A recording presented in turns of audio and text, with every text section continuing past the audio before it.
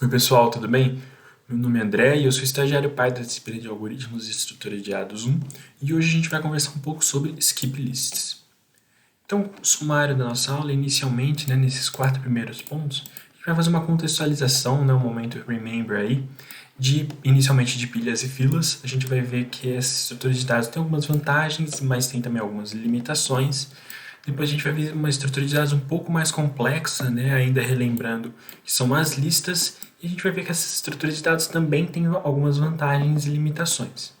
Depois a gente vai entrar na introdução a skip lists, a gente vai ver como elas sobrevivem, o que comem, e a gente vai verificar também as principais operações em skip lists, que são busca, inserção e remoção, e como que elas funcionam. Por fim, a gente vai verificar por que o desempenho dessa estrutura, por meio de uma indução matemática, é tão bom. Então, inicialmente, quando a gente aprende pilhas, que a gente tem um exemplo de uma pilha de inteiros, fazendo uma analogia a uma pilha de pratos, quando a gente tem 4 pratos numa pilha e a gente quer inserir um novo prato, a gente vai inserir sempre no topo. Então, falando de maneira mais algorítmica, a gente incrementa esse vetor aqui, coloca mais uma posição e insere esse elemento no topo. Então, por fim, após a inserção, a pilha fica assim, 1, 2, 3, 4 e o elemento 5. Quando a gente quer fazer uma remoção, a mesma coisa ocorre. Por quê? Porque o topo é o único elemento acessível que eu tenho na pilha. A gente tem uma pilha de pratos, apesar de a gente poder remover o prato do meio, o correto é sempre retirando topo a topo. Então, quando eu vou realizar a remoção dessa pilha, a gente vai remover também do topo. E no final, ela volta ao seu estado inicial. Ou seja, quando eu insiro um novo elemento e removo logo em seguida, a pilha volta ao seu estado inicial antes da inserção. Então, isso significa que as pilhas elas seguem o modelo LIFO. Last in, first out. O último a entrar é o primeiro a sair. Depois vimos as filas. E as filas, elas não têm um topo. Elas têm um início e um fim. Então, considerando essa fila aqui com os elementos 1, 2, 3 e 4, e eu quero inserir um novo elemento, é como se a gente estivesse entrando na fila do bandejão. Então, eu vou entrar na fila do bandejão, eu não vou furar a fila, eu vou entrar no final da fila do bandejão. Então, no final, a fila que tinha 4 pessoas, eu entrei por último, e eu fico no fim dela. Quando uma nova pessoa vai entrar no bandejão, não vai ser você que vai entrar no bandejão, infelizmente. Vai ser a pessoa que estava esperando há mais tempo. Então, ao final, a fila de espera para entrar no bandejão vai ser a pessoa 2, a 3, a 4 e, por fim, a gente. Então, isso significa que as filas, diferentemente das pilhas, elas seguem o modelo FIFO. First in, first out. Então, o primeiro elemento que entrou, no caso é o 1, por isso que ele está no início, ele vai ser o primeiro a sair. E o 5, que foi o último que entrou, ele vai ser o último também a sair. Então, essas estruturas de dados, quais são as suas vantagens e suas limitações? A vantagem dela é que a inserção e remoção são um tempo de ordem 1. Por que são tempo de ordem 1? Porque a gente sabe onde a gente tem que remover e inserir. Então, no caso da pilha, a gente sabe que a gente sempre tem que inserir no topo de uma pilha. E no caso de uma fila, a gente sempre sabe que a gente tem que inserir no fim da fila e remover no início da fila. E no caso da pilha, também remover do topo. Isso significa que elas são bem fáceis de implementar. Entretanto, uma grande limitação dessas estruturas de dados é que não é possível buscar elementos. Por quê? Porque os únicos elementos acessíveis que a gente tem, no caso de pilhas, são o topo. E no caso da fila, é o início e o fim. Então a gente verificou que para realizar buscas, talvez a estrutura mais adequada sejam listas. E as listas elas podem variar conforme sua alocação e organização na memória. Então quando a gente define uma array, por exemplo, a gente está implementando uma fila que é estática e sequencial. Por quê? Porque a gente está alocando toda a memória antes da utilização. Então a gente define uma array com um tamanho fixo. E sequencial, ou seja, os elementos na memória eles vão ficar um ao lado do outro. Mas as listas também podem ser dinâmicas, em que a alocação da memória ela é alocada e desalocada conforme a inserção e a remoção dos elementos. E também pode ser encadeada, em que, diferentemente da sequencial, que os elementos estão um do lado do outro na memória, eles estão espalhados. Então aí você precisa de um nó com um ponteiro para um outro nó, um elemento com um ponteiro para outro elemento, que vai apontar para esse local específico da memória, do elemento seguinte. Então, considerando listas encadeadas e dinâmicas, a gente verificou que existem três principais, né? Listas encadeadas, listas duplamente encadeadas e listas circulares, né? Existem variações, por exemplo, como listas duplamente circulares, em que tem um outro ponteiro aqui, né? Para a direita e fica direita e esquerda e também de maneira circular. Mas essas são os três tipos mais básicos, né? Então, as listas encadeadas, elas têm um nó, né, um elemento, e o elemento aponta para um outro elemento. Então, né, a nível de implementação, isso vira um ponteiro para um novo nó. Então, isso significa que não necessariamente os elementos na memória vão estar sequencialmente. E o último elemento, por fim, vai estar apontando para o nulo. Listas duplamente encadeadas, a gente tem um ponteiro para a direita, né? Um que vai apontar para o lado direito e outro que vai apontar para o lado esquerdo. Quando a gente está no início e no fim, né? No caso do início, não existe um ponteiro da esquerda, no caso do fim, não existe um ponteiro da direita. E listas circulares, que não existe um começo e um fim, mas sim um sentinela que vai ficar passeando por essa lista aqui, né? Para realizar as operações de busca, inserção e remoção. Então, quais são as vantagens e as limitações de listas, né? Quando uma lista está ordenada, e isso varia de duas maneiras, né? Primeiro, se a lista está ordenada ou se ela não está ordenada. Quando ela está ordenada, a gente consegue realizar uma busca binária nela, né? Então, a gente consegue realizar a busca em O de log n. Mas isso faz com que a inserção, né, ela demore mais. Por quê? Porque se eu quero inserir um elemento que é maior do que o último, eu vou ter que ir até o final da lista, né? Pegar um ponteiro auxiliar, varrer até o final da lista e inserir ele. Né? Por quê? Porque eu não sei qual é o final. Então, no pior caso, eu vou ter que inserir no final. Né? E a remoção vai ser em O de log de n. Por quê? Porque ela é estritamente ligada à busca. Né? Então, eu vou tentar remover um nó que já existe. Eu vou inicialmente realizar uma busca na lista e depois remover. Entretanto, quando não está ordenado, a busca vira com tempo, né, de O de n. Por quê? Porque quando não está ordenado, a gente precisa necessariamente varrer todos os elementos da lista até encontrar o que a gente quer. Né? E isso, que nem no modelo quando está ordenado, né, a remoção também segue o mesmo tempo. Como eu preciso achar o elemento que eu quero remover, os dois são O de n. Entretanto, a inserção é mais rápida, ela é O de 1. Por quê? Porque no caso de uma lista simples, né, você pode ter um ponteiro para o final e um ponteiro para o início, em que você só insere ele posteriormente, né? Em que você só insere ele posteriormente. Então você não precisa ficar varrendo, né? E no caso de listas circulares, você pode simplesmente, como não está ordenado, você pode simplesmente inserir após o ponteiro do sentinela. Então, né, na lista circular, o sentinela vai estar apontando para algum nó específico, né? Pode ser qualquer um, considerando as operações anteriores, e aí você pode inserir ele logo em seguida do outro. Então, será que não existe uma lista que tem uma inserção, uma remoção e uma busca com uma complexidade temporal de O de log de n? Então, essa é a pergunta que a gente vai tentar responder aqui. Mas antes disso, vamos passear pela linha vermelha de Nova York. Vamos esquecer um pouco isso daí, essa questão de lista, de pilha, tá muito complexo. Vamos passear um pouco pelo metrô. Então a gente está em Nova York e a gente quer passear aqui por essa linha vermelha do metrô. Então, inicialmente, como que funciona a linha de metrô, né? Porque a gente precisa saber como funciona antes de andar de metrô. Então, aqui, ó, eu não sei se vocês conseguem visualizar, mas a linha vermelha tem algumas estações brancas e algumas estações em preto.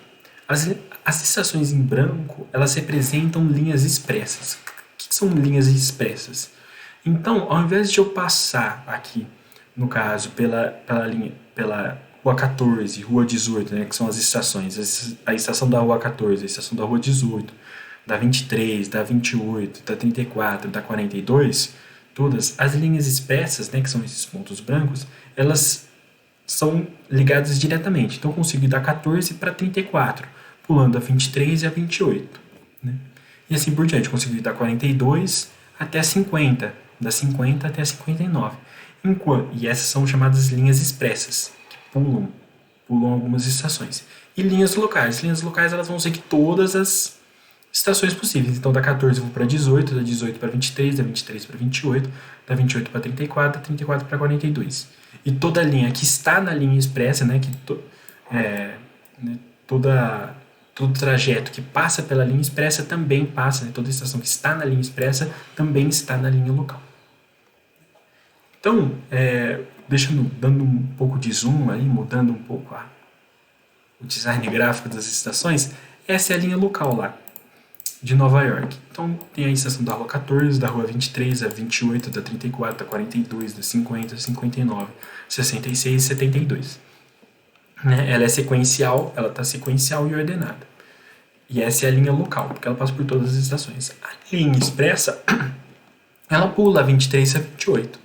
Então, eu tô da 14, eu pulo para 34, vou depois para 42, para 59 e para 72. E conforme eu disse, né, toda a estação da linha expressa também está na linha local. Então, se eu estou numa linha expressa, eu consigo sair do trem da linha expressa, continuar na mesma estação e depois pegar um trem da linha local. Então é engraçado, né, como aqui eu consegui mudar e as estações ficaram parecidas com nó, né? Mas vamos esquecer um pouco, vamos pensar no metrô aqui. Né? Então, a gente começa sempre da linha 14 aqui, né? A gente, né, tá no hotel da estação 14 e aí a gente quer ir para Times Square, que é na 42. Então, como que a gente vai fazer isso? A gente vai pegar a linha express, né, sempre é mais rápida, e eu tô na 14. Ok, qual que é a próxima? Entrei no metrô na linha 14. Eu olho no mapa, então a próxima é a 34. Então, beleza, eu continuo. Né? Qual que é a próxima depois da 44? Olha, a 42. Beleza, eu já cheguei na Times Square. Eu só peguei a Via Expressa e consegui ganhar tempo, porque eu pulei um monte de estações aqui que iam passar na linha local. Mas se eu quiser vir aqui até 66, como que eu chego até 66? Então a gente está aqui na 14, chegou um outro dia, passamos na Times Square, e agora a gente quer ir para a estação da 66, da rua 66. Então a gente está na 14, vamos pegar a linha mais rápida primeiro, né? Então, 34, eu passei do ponto? Vou passar da 66? Não vou passar da 66. Então a gente continua para 34, né? Qual que é a próxima? 42. Então, posso continuar indo na linha expressa, não vou ter passado da 66, não vou ter passado do ponto. E posso ir para 59? Também posso ir para 59. Ainda não vou ter passado da 66. Mas eu vou estar aqui, eu cheguei na estação 59, eu vou olhar, putz, qual que é a próxima? 72 eu vou passar, e aí vai dar muito trabalho para eu voltar para 66. Então o que eu faço? Eu desço da linha expressa e entro na linha local. Então, na 59, vejo qual que é o próximo, 66, cheguei.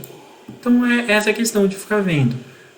Não posso deixar passar do ponto. Se eu passei do ponto, eu vou perder, não vou conseguir mais chegar, né? Vou ter que dar um outro caminho, né? E aí vai dar mais trabalho. Então, qual que é a relação entre o metrô, né, a linha de metrô de Nova York e a Skip List? Que a linha de metrô de Nova York é uma Skip List. Então, essa estrutura aqui, ó, né, e aqui tá uma imagem da Times Square, é uma Skip List. A linha de metrô de Nova York é feita com uma Skip List. Então, entrando na introdução, né, que é uma Skip List? Skip List, conforme o primeiro autor, né, que criou a estrutura de dados, Skip List são estruturas de dados que utilizam balanceamento probabilístico ao invés de balanceamento forçado. Como resultado, os algoritmos de inserção, remoção e busca são mais simples e significativamente mais rápidos que árvores balanceadas. Então, contextualizando, né, na verdade, árvores, né, é como que funciona mais ou menos em árvores, abstraindo um pouco. Então, pensa que você tem uma árvore de Natal, né, e as bolas de Natal são os elementos.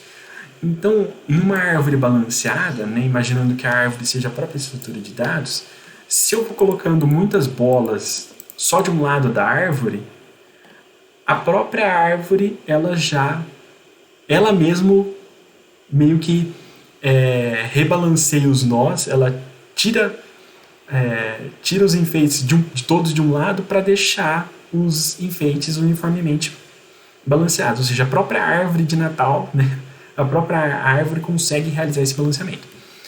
Nas skip lists, não, é realizado um balanceamento probabilístico. O que isso significa? Então, o que significa, né? O que significa um balanceamento probabilístico? Como que eu sei, né? Como que eu defino que uma estação sobe de nível, ou seja, ela vai para a linha expressa, né? Com uma probabilidade e meio. Então é como se fosse uma prefeitura de Nova York que quer criar uma nova estação, essa estação vai fazer parte da linha expressa. Ela joga uma moeda para cima e verifica. Se der cara, faz parte da linha expressa, se não, não. Né? No caso de Nova York, provavelmente não funciona desse jeito. Mas no caso de Skip Lists, funciona. E por causa dessa característica, né, desse balanceamento probabilístico, o tempo de inserção, de busca e de remoção são odd log n.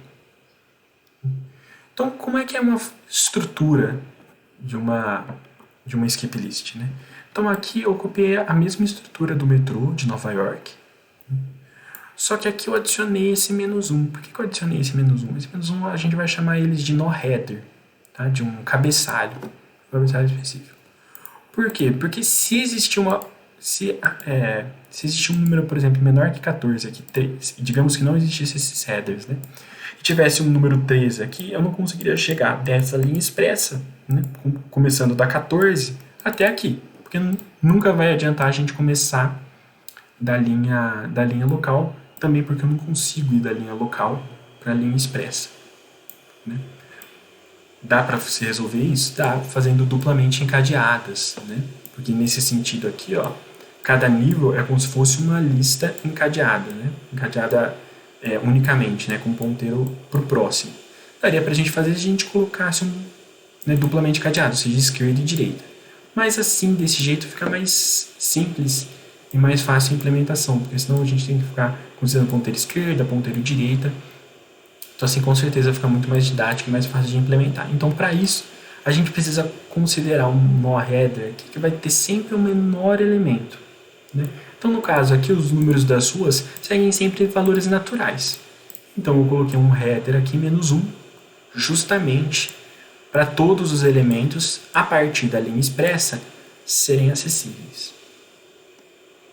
Então, um nó, como que ele é caracterizado, né? Ele tem o seu valor, que no caso aqui é -1, 14, 42, 59, 72 e assim por diante. O level, então nesse caso aqui, né, as linhas, né, como a gente vai ter muito mais, a gente pode ter, né, no caso, muito mais do que uma linha local e uma linha expressa, né, porque o metrô, ele segue uma skip list de 2 níveis. Mas no caso de uma estrutura de dados com mais elementos, a gente pode necessitar mais níveis, né? Então, aqui, considerando a linha local, vai ser o level, né, o nível 0. E os nós vão ter ponteiros next, ou seja, próximo, e para baixo. No caso das linhas locais, depois a gente vai falar isso, mas no caso das linhas locais, o ponteiro para baixo deles, a nível de implementação, né, vai ser nulo. E no caso de níveis acima de 0, vai ser sempre ele mesmo no nível de baixo. Porque quando você sai de uma linha quando você está numa estação expressa e vai para uma linha local, você está na mesma estação, você não muda de estação. E a skip list, ela vai ter o up left, que vai ser esse nó aqui. Por quê? Porque a partir dele eu consigo acessar todos, né? Um max level, que é o nível máximo de linhas expressas, né? De linhas, na verdade, que é a local mais as expressas, né? E o nó up left, que é esse aqui mesmo. Então, sempre no começo, como eu falei, né, sempre no começo de cada nível é necessário que tenha um cabeçalho para que os itens não fiquem inacessíveis. Que no caso vai ser esse aqui. Então, vamos lá. A gente vai começar agora, considerando mesmo uma estrutura de dados. Agora a gente vai esquecer o metrô, passeamos por Nova York e agora a gente vai voltar para o nosso mundo de skip lists. A partir dessa estrutura de dados aqui, a gente quer encontrar os 50. Então, o que a gente vai fazer? A gente vai começar aqui do nosso cabeçalho, né, do nosso up left. Então, a gente vai definir um ponteiro auxiliar apontando para o up left. E eu vou ver, o próximo é menor que 50? Não. Então, vou para o 14. Vou para a estação 14.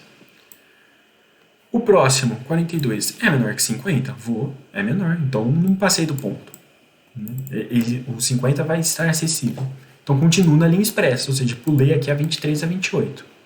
O 59, e o próximo, 59, é menor que 50?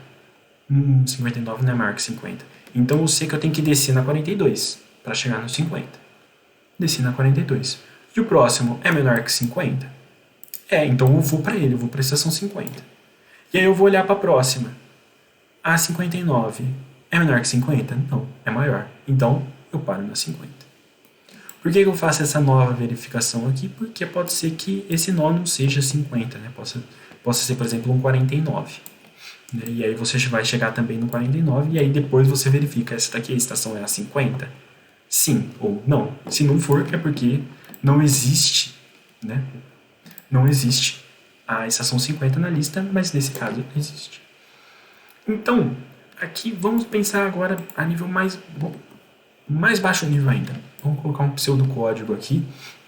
Vamos realizar essa lógica que a gente realizou aqui, ó, num pseudocódigo. Então, inicialmente a gente vai definir esse nó aqui, ó, vai ser um novo nó, que vai ser o chamado sentinela. E o sentinela vai apontar para o upleft, ou seja, o sentinela recebe o upleft. Nessa parte aqui, ó, nas linhas de 3 a 9, a gente vai verificar nos levels acima de 0. Por isso que eu coloco esse enquanto o level do sentinela for diferente de 0. Nesse while aqui, ou seja, nessa linha, esse while aqui vai ser responsável por verificar a nossa movimentação vertical. Enquanto esse while interno aqui, ó, o próximo ponto valor menor que o valor que eu quero procurar, né, vai fazer a busca horizontal. Então, voltando aqui, ó, né, o primeiro while vai verificar se eu não cheguei na linha local. E o while externo e o while interno vai realizar essa busca horizontal aqui. Então, né, inicialmente, no caso do 50, né, vai ser o level 1, então ele é diferente de 0, e aí eu vou estar no menos 1. O menos 1 eu vou para o 14. O 14 é menor do que o 50? Então eu recebo o próximo. E assim por diante. Até que aqui vai ser o 59. Quando for o 59, a próxima estação, né, é maior do que o valor que eu tenho?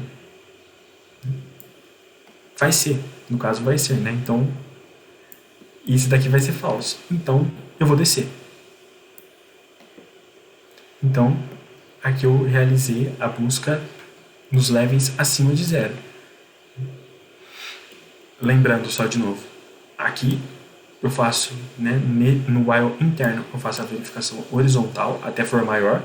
Por quê? Porque quando for maior, eu preciso descer na anterior, porque senão eu vou passar do ponto. E aqui eu desço justamente para ir até a linha local. E nas linhas 10 a 12 aqui, eu faço a busca no nível 0, ou seja, na linha local.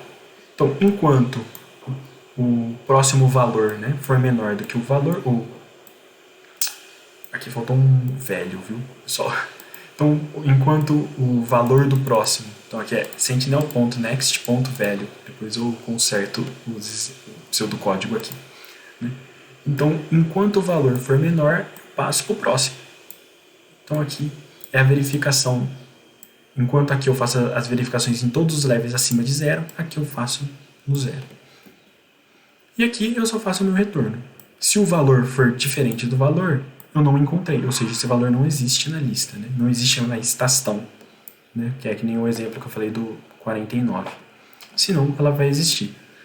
Então, esse código aqui, ele representa exatamente essa lógica que a gente realizou aqui. Enquanto eu estiver numa estação, numa linha expressa, de valor menor que o que eu quero procurar, eu continuo na linha expressa, que aí eu vou ganhar tempo. Né? Se eu verificar que se eu continuar eu passei do ponto, eu desço. Então aqui é exatamente isso.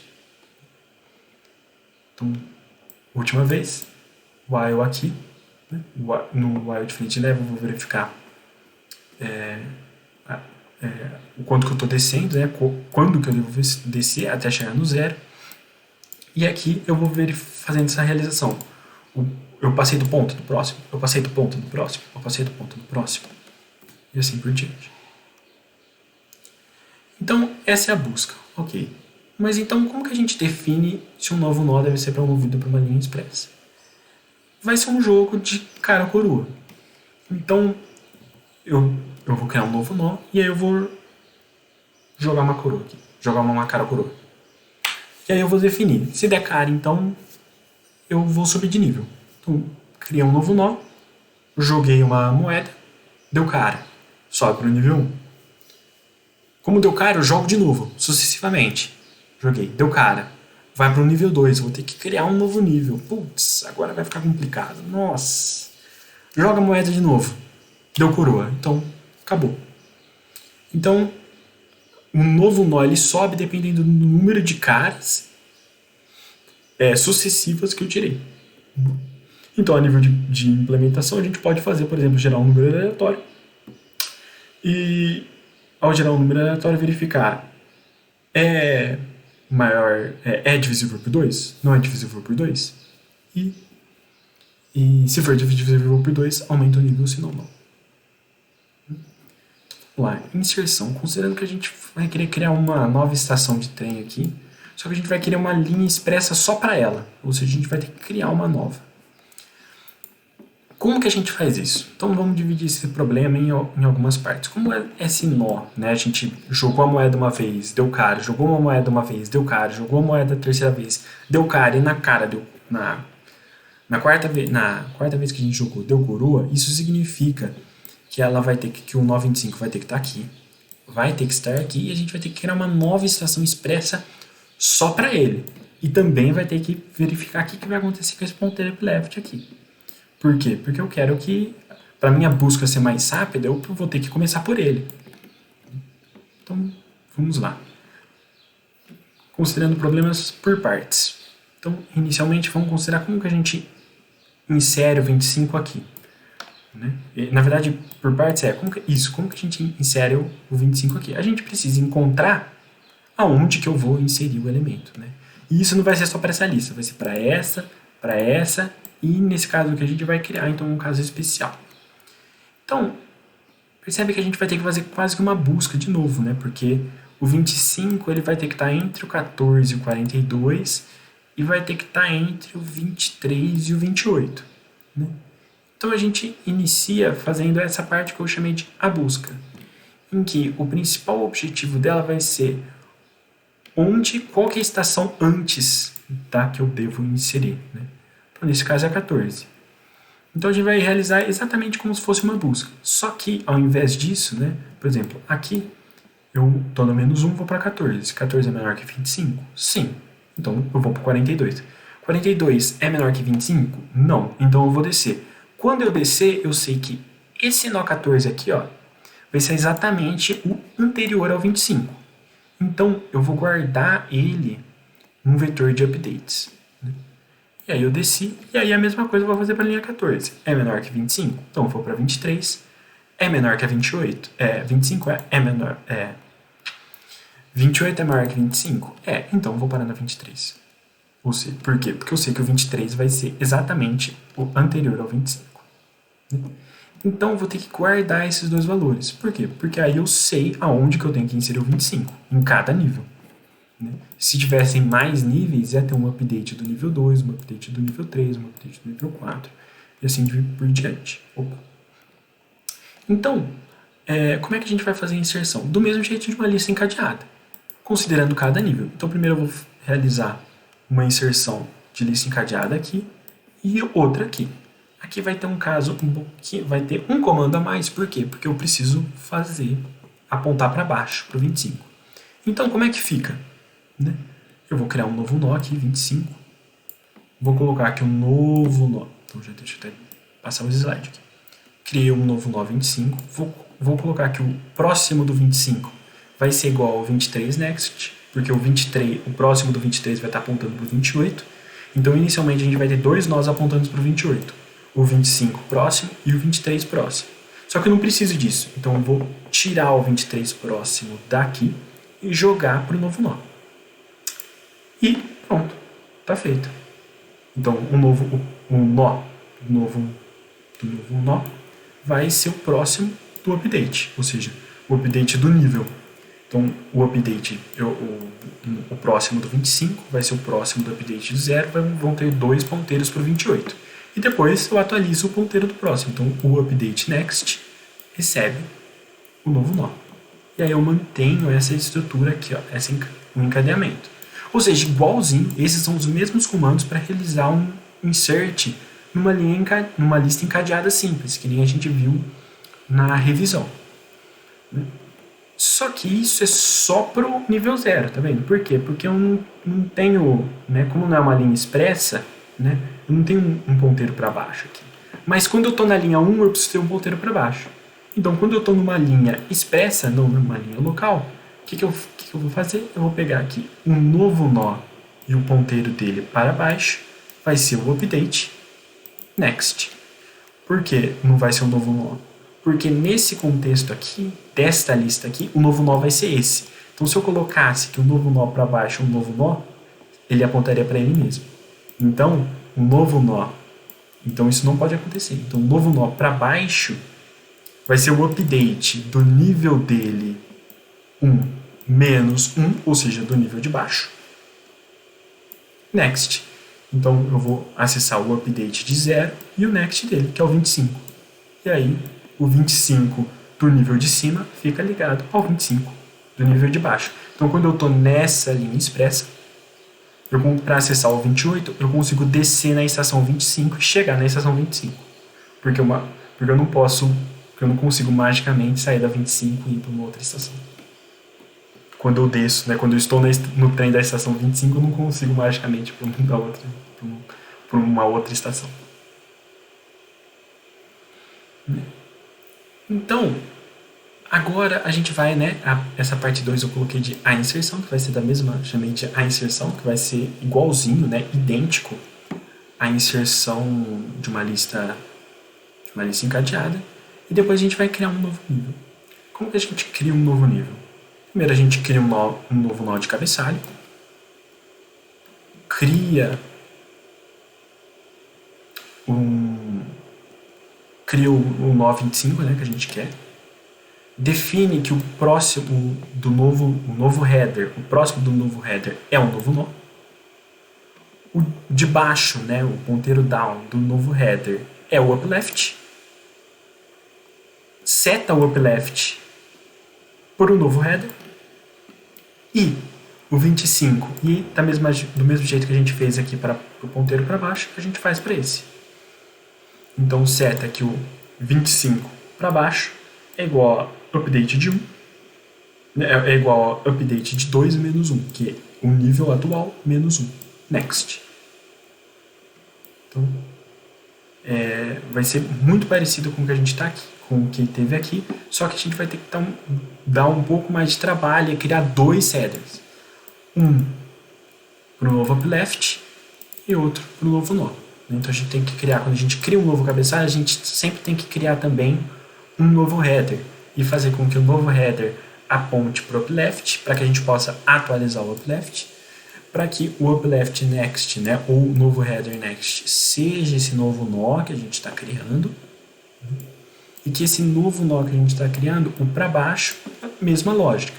É o update do nível dele menos 1, ou seja, se a gente está no nível aqui 0, 1, 2, a gente vai olhar para o update do nível 1 e olhar para o próximo dele, porque vai ser o mesmo valor, que a gente já vai ter acabado de inserir.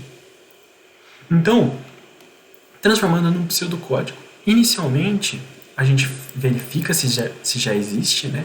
E se já existe, o nosso insert vai retornar falso, porque eu não posso criar duas estações com o mesmo...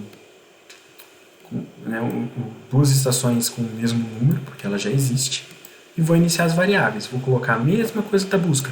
Criar um novo nó, citar um novo nó para o upleft, criar o vetor de updates, isso diferencia, e realizar essa função de generate level, que vai fazer o quê?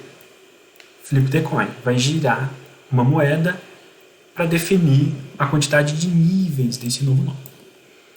Então, esses dois whiles aqui, né, na verdade, esses 3 whiles, né, que é da linha 9 até a linha 20, ela é muito parecida com a busca. Então, no nível 9, a gente vai andar verticalmente. No while do nível... No while da linha 9, a gente vai verificar, né, em que nível que a gente está, né? E quando a gente chegar na linha local, a gente sai dele, né? E aqui a gente vai verificar horizontalmente, ou seja, até a gente verificar que, se eu continuar no metrô, eu passo do ponto, né? Ou seja, enquanto o valor do próximo sentinela for menor do que o valor que eu quero procurar. A diferença aqui dá que, quando eu desço, eu preciso guardar o valor eu preciso guardar o sentinela no update, no nível do sentinela. Então, essa linha aqui, ela vai representar eu descer, quando a gente desce de nível aqui. Então, quando a gente desce de nível aqui, antes disso, né, porque o sentinela, né, vai estar inicialmente aqui, vai vir para cá, né, e aí nesse caso não vai ter o 14, vai ter o 42, vai ver, putz, 42 é maior que 25, e vai descer. Quando ele descer, eu preciso colocar no updates o sentinela, antes de ele descer, o sentinela, em qual posição? No nível dele. Então, eu vou popular esse vetor aqui de cima para baixo. Por quê? Porque eu estou varrendo a lista, né? Estou fazendo a busca de cima para baixo. Então, no caso aqui, ele vai guardar um nó 14, né, na linha 13. Ele vai guardar, quando a gente começa no nível 1 e passa pelo 14, o nível dele vai ser 1. Então, a gente vai guardar na posição 1 do updates o sentinela que vai estar no nó 14. Né? E vai descer, ou seja, o nó vira um outro nó, só que vira o nó da linha expressa, que a gente não guarda. Né? E aqui a gente realiza a mesma coisa, muito parecida com o que está aqui. Né? Só que na linha local. E quando a gente achar o anterior, né? Porque como a gente procurou aqui e viu que não tem, a gente vai parar no anterior ao que a gente quer inserir, a gente adiciona também ele. Né? Então, nesse caso, a gente vai descer aqui, vai descer no 14, né? Já vai ter guardado o update de 1, e vai olhar o 23 é menor que 25? Vou para a estação do 23. Aí eu ia para 28, mas putz, 28 é maior do que 25. Então eu vou guardar o 23, né? Para depois conseguir inserir ele. Né? Então, nessa parte, a gente achou todos os anteriores, né? E colocou no updates. Aqui, né, nessa parte de código, a gente realiza a parte 2. Então vamos com calma. Né? Eu iniciei aqui uma variável inteira, que ela começa do 0. Então a gente realiza a busca de cima para baixo e vai inserir de baixo para cima. Por isso que eu defini essa variável aqui, ó, curLevel igual a 0. Então, começando do nível 0, né, que é curLevel significa current level, que é o nível atual. Então, do nível atual até eu chegar, né, no nível da lista, né, skiplist.level, ou seja, até eu chegar no nível atual, ou seja, eu vou inserir aqui, eu só estou inserindo nos níveis existentes. Essa parte aqui, depois, que vou explicar daqui a pouco, é a que vai ser responsável por inserir novas linhas expressas. Né?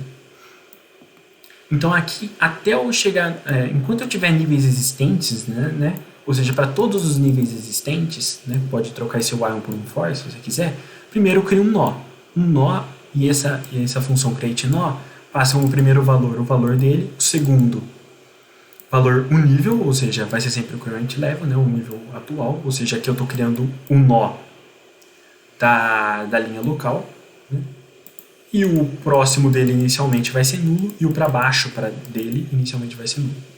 Se a gente está na linha local, o próximo, né, então o próximo do novo nó é igual ao updates de 0, ou seja, o updates é o anterior do mesmo nível, próximo. Então, né, voltando aqui, eu estou nessa lista aqui e eu vou fazer esse comando aqui, ó. Desculpa. Fazer esse comando aqui. Esse comando aqui. Novo nó next é igual a update n next. Por quê? Porque eu estou na linha local. Então, a gente vai realizar a inserção da mesma maneira que faz uma lista encadeada. Então, voltando para o pseudocódigo aqui. O próximo do novo nó é igual a updates, né? ou seja, né? o anterior, né? O que eu preciso realizar o update do nível nele próximo, ou seja, eu pego o anterior do novo nó, né? E seto o próximo desse novo nó para o anterior next, ou seja, vai ficar 2 pontos do mesmo jeito que tinha que inicialmente fica com 2 nós apontando lá para 28, né? Aqui vai ficar a mesma coisa. E aqui no final eu realizo o update do nível atual, o next dele igual ao novo nó. Por quê? Porque esse comando aqui eu vou ter que realizar independentemente do nível. E aqui incrementar o current level também. Né? Então, se eu estou no novo nó, lista encadeada. O para baixo dele é nulo. Inicialmente, o novo nó next é igual ao anterior next. Então, o anterior next vai ter 2 ponteiros apontando para ele. O anterior, né? O anterior next vai estar apontando para o anterior next. E o novo nó next vai estar apontando também para o anterior next. E aqui eu atualizo, então, o anterior next, né, que é o updates do nível 0, né, no caso. O próximo vai ser o novo nó.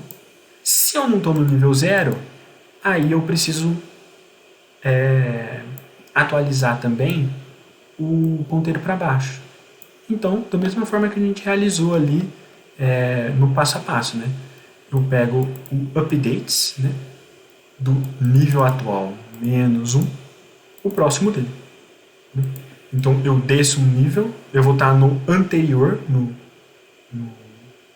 diretamente anterior ao que a gente criou do nó para baixo, porque inicialmente a gente já criou o 25 do nível 0. Nesse alce, a gente vai criar o do nível 1, do nível 2, do nível 3, do nível 4. E para todos esses, ou seja, para sempre que estiver acima do 0, o para baixo dele é o próximo do anterior, que é ele mesmo, né? Que é o novo nó que a gente criou na iteração anterior. E esse código aqui faz a criação de novos níveis. Então, eu vou criar um novo nó, em que ele vai ter o valor, o nível dele vai ser o i. Por quê? Porque eu começo no nível atual da lista mais 1 até o nó do level, que vai ser inicialmente maior do que o nó da lista. Por quê? Porque a gente está criando uma nova linha expressa. E cria um novo upleft, né, um novo header aqui, né, em que vai ter o valor menos 1, por quê? Porque é o menor. Vai ter também o mesmo nível e o próximo vai ser o new node, então já estou citando o next dele igual ao new node, e o para baixo dele vai ser o upleft.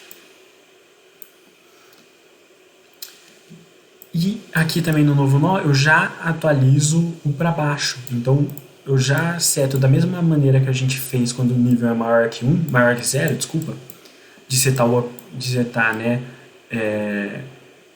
o novo nó da iteração anterior como o para baixo, porque vai ter o mesmo valor. Aqui a gente está fazendo a mesma coisa, já seto o para baixo dele. E o próximo desse novo nó vai ser nulo, por quê? Porque ele vai ser o único elemento da lista. Como a gente está criando um nível novo, né, o próximo do 25 no nível 2 vai ser nulo. Por quê? Porque não tem nenhuma outra estação depois dele, só tem a 25. Nessa linha expressa, só tem trem que vai até a linha 25. E aí eu atualizo o upleft, por quê? Porque o upleft ele precisa ser igual ao new upleft. Por quê? Porque eu preciso sempre começar no ponto mais alto, mais à esquerda da lista possível. E também porque aqui, se o upleft continua o mesmo, uma hora vai dar errado. Né? Porque aí eu vou estar sempre considerando o upleft meio que estático. Né? E coloco esse updates i igual a new upleft. Né? Por que o updates i é igual a new upleft?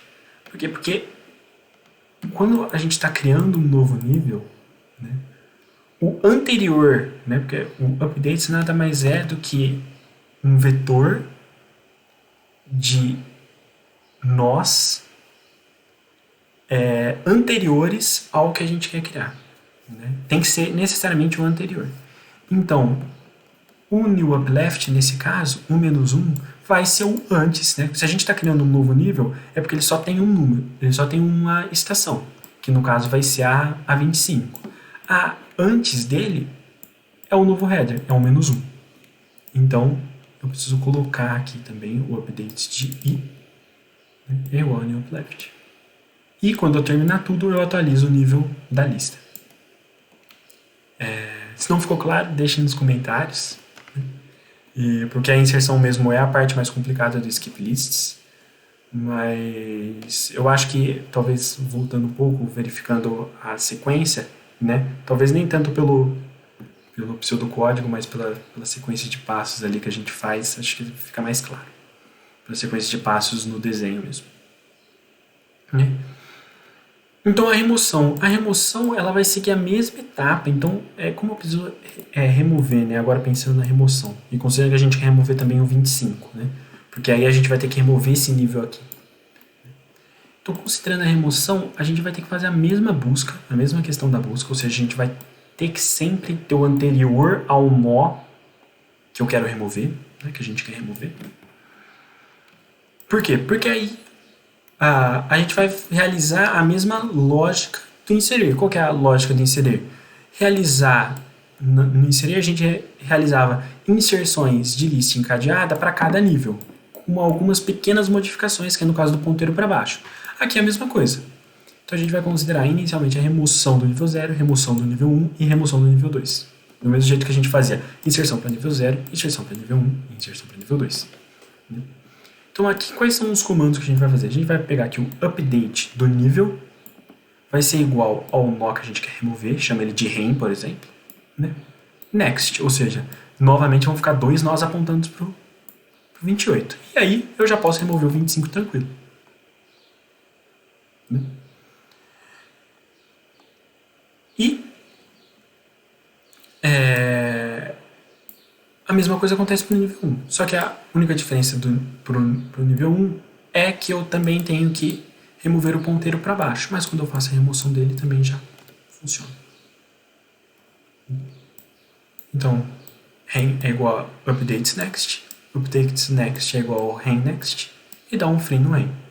Que foi essa lógica que a gente acabou de definir. O rem é o 25, então é o próximo do 23. Então vão ficar 2 ponteiros aqui apontando para o 28. Né? E dá um fim no rem. Então, rem é igual a updates next, rem é igual a 25. Updates next é igual a rem next, 2 ponteiros para 28. E aí depois eu removo esse 25. Isso daqui também vai funcionar. Né? Não tem nenhum caso especial nesse caso para o nível 2. Porque quando eu dar um free nesse ponteiro, ele também já vai perder a referência para ele. Então, e para eu remover o nível? Né? Eu vou verificar simplesmente se o next do upleft é nulo. Né? Vou fazer a remoção normal, como se fosse uma lista encadeada. Aqui. Mesma coisa. E aí, só que aí ele vai ficar com o upleft vazio, apontando para o next nulo. Se o upleft next é nulo, o que eu faço? Eu vou descer o upleft, ou seja, upleft vai ser igual a upleft left. Né? Rem é igual a upleft é igual a upleft down. Que é essa lógica aqui.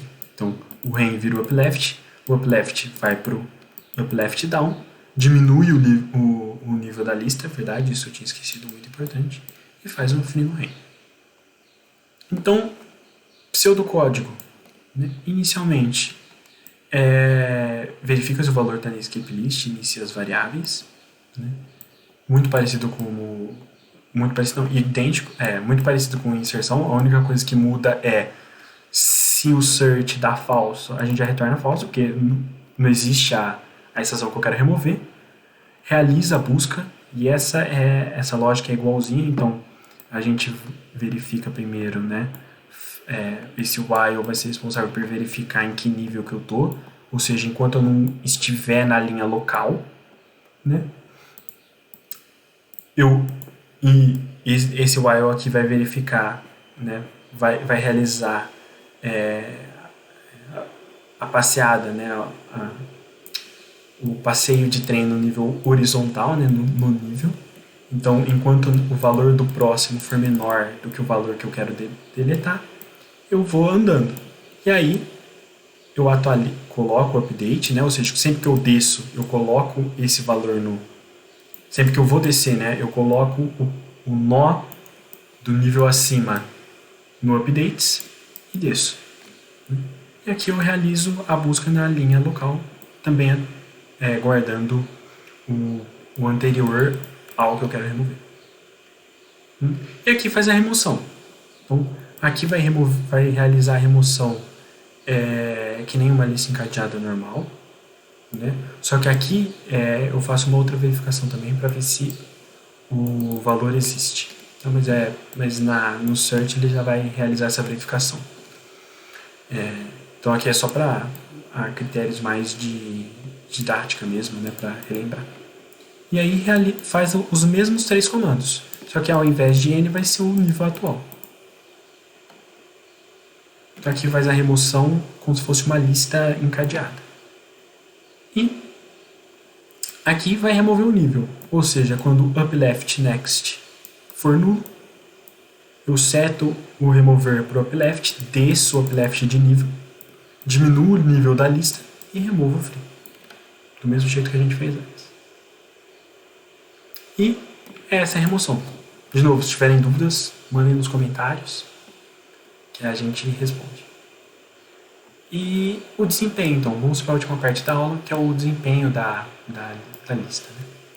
Então, se a gente tem, considerando 2 listas, né? Qual que é o custo de busca? Né? Porque a gente sempre, tanto na inserção, quanto na remoção, quanto na busca, a gente tem que ir guardando os updates. E depois o tempo é de odd 1. Por quê? Porque eu só estou fazendo operações com updates. Ou seja, o desempenho da skip lists é igual tanto para busca, quanto para remoção, quanto para inserção. Por quê? Porque eu sempre... o tempo, o desempenho da inserção, remoção e busca vai ser sempre encontrar um nó. Só que no caso para inserção e para remoção, vai ser para encontrar o anterior, né? E no caso da busca vai ser para encontrar um nó em si mesmo, né? No caso da remoção e inserção, de novo, é para guardar os vetores updates, que são os anteriores ao que se quer adicionar e remover. Então, eu vou ter aqui em 2 listas, o tamanho da L1, que é a lista, nesse caso aqui, é a lista de maior nível, mais o tamanho da L2, que é a local, dividida pela L1.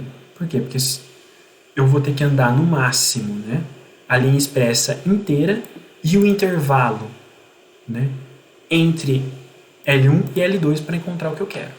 Então, para realizar para que essa função aqui, ó, fique o menor possível, L1 tem que ser igual a L2 sobre L1.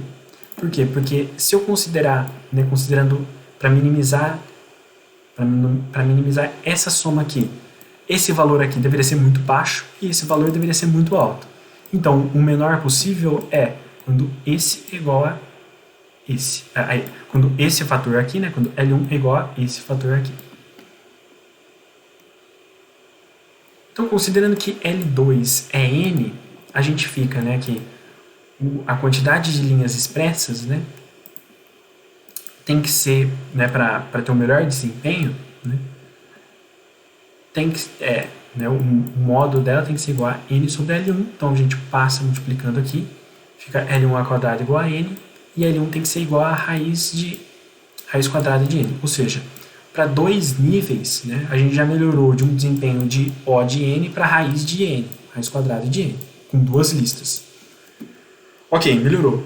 Então, e se, né, então substituindo desculpa, e aí a gente substitui esse valor aqui na primeira equação e fica com 2 raiz de N, né, só que a gente ignora as constantes para desempenho temporal de algoritmo e fica a raiz de N. Então, ok, para 2 listas, a gente sabe que o desempenho é esse, né? 2 raiz de 2 sobre N, ou O de N. Com 3 listas, né, aí vai vir um sistema linear. Vocês vão é possível verificar que vai ficar 3 raiz de 3, ou seja, fica raiz cúbica de n, e com k listas é possível verificar que vai ficar raiz de k em n. Agora, então, né, eu sei que com k listas, né, colocando k listas, vai ter esse desempenho. Né? Então, com log de n de listas, qual vai ser o desempenho? Vai ser log de n, vai ser log de n vezes raiz de log de n. Então, pela definição de raiz, a gente sabe que vai ser log de n vezes n sobre 1 de log de n. E aí, aqui vem o pulo do gato, que é a elevado a b, tem uma propriedade de potenciação que a elevado a b é igual a 2, por que 2? Porque, na verdade, eu estou considerando que aqui a gente está na log de base 2. Tá?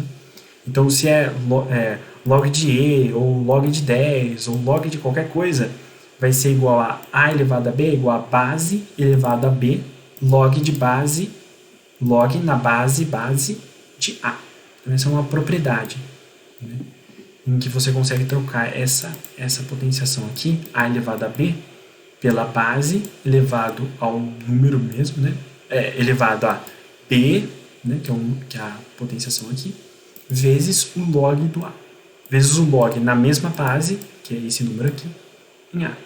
Então, substituindo, a gente vai verificar que fica log de n vezes 2 elevado a log n.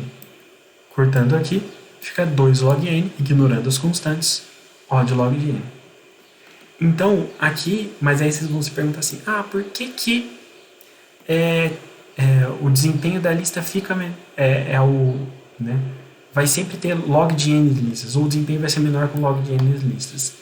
Aí eu vou deixar para vocês verificarem tanto essa aula do Eric Timan, que ele explica melhor, quanto esse material complementar do MIT, que eles vão explicar, porque na verdade as skip lists elas têm esse desempenho de O de log de n com uma probabilidade muito alta. Por que probabilidade muito alta? Porque existe uma grande probabilidade de serem criadas log de n lists. E aí, nessas aulas aí é uma complexidade matemática e estatística um pouquinho maior, que vocês podem verificar, eles explicam bem essa questão matemática. E é isso. Espero que vocês tenham gostado da aula. No momento youtuber aqui, dá um like. Coloquem suas dúvidas nos comentários. E, por favor, deem feedback sobre essa aula. Muito obrigado.